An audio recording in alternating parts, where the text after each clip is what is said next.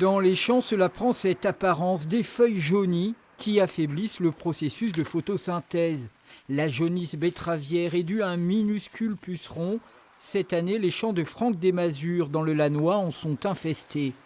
J'ai jamais vu ça en 28 ans. Une attaque de jaunisse comme ça, depuis qu'on a perdu cet insecticide sur la graine, je n'ai jamais vu ça. Et les techniciens du syndicat betteravier m'annoncent que je risque de perdre 30% de ma production de betterave.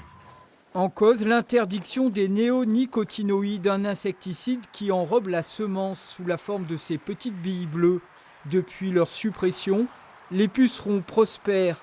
Les agriculteurs sont désormais dans l'obligation de traiter plusieurs fois leurs champs avec des produits moins efficaces.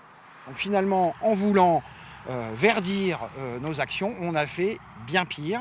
Et aujourd'hui, on est devant une catastrophe économique. Les emplois liés à la betterave sont très nombreux. Et aujourd'hui, on alerte. L'État doit réagir et nous trouver une solution d'ici fin août. Confrontés à une chute de rendement qui peut aller jusqu'à 50%, de nombreux agriculteurs pourraient renoncer à la culture de la betterave. L'avenir des sucreries serait alors compromis. C'est le schéma extrême, c'est qu'à un moment donné, on peut toujours se passer de tout. Sauf qu'à l'heure où on reparle de localisation de la production et qu'on a revalorisé l'agriculture, etc., ça serait, je dirais, le contre-exemple d'une désindustrialisation de la transformation des produits agricoles en France.